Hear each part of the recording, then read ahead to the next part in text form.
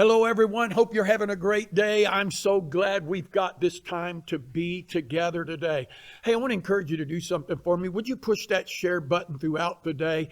That helps us keep reaching people because we're here to encourage, we're here to strengthen, and we're here to tell you that God has great things in store for you. I have my brother Bob back with me today. Bob, I'm so glad you got to be back with me. Thank you. And it's so good having you here. Bob, we're talking about revival, and I know me and you have had a lot of conversation about revival. I remember I felt a number of years ago, the Lord give me a definition. I know you shared some definition of revival yesterday.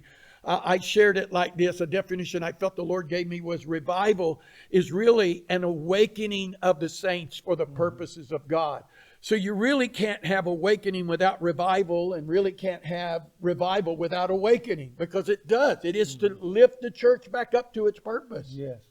Yes, Zack, first of all, I want to say to all of you all, I appreciate your warm comments, I believe, yesterday.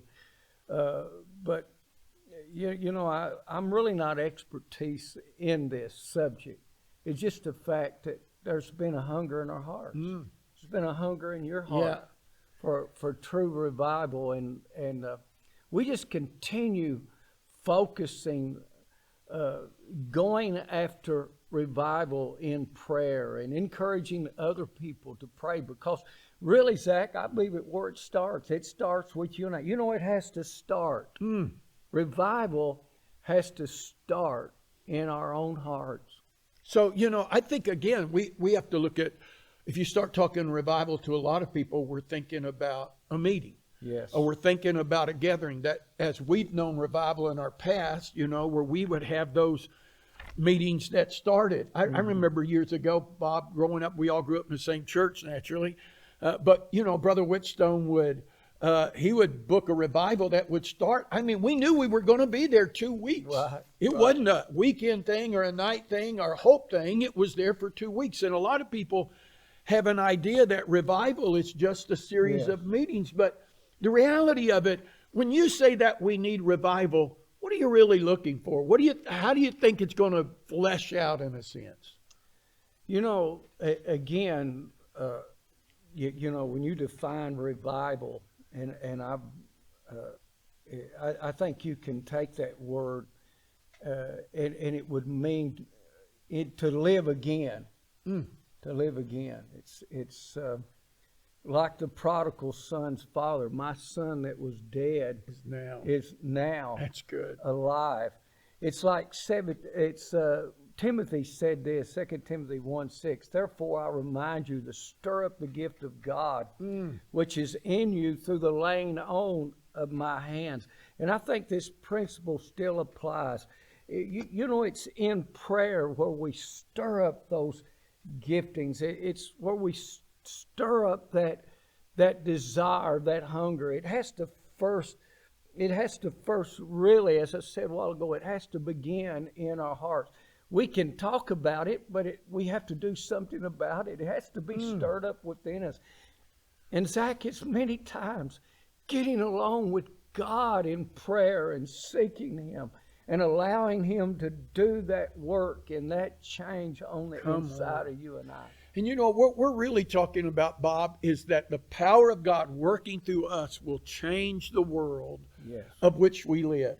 I can't help but think about revivals of years past. Now, I remember those revivals that we had growing up.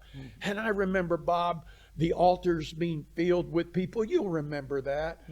We never ended a service that the altars weren't filled with people. And then when you read revivals that have touched our world through history, it literally transformed communities. Yes. It transformed everything. Yes. I believe that's what we're really looking for. God to do something in us that's going to transfer into the world of which we live. Yes. Zack, you and I both, years ago, we traveled to Florida in those great meetings and revivals, and seen transformations, heard the testimonies. It was so real.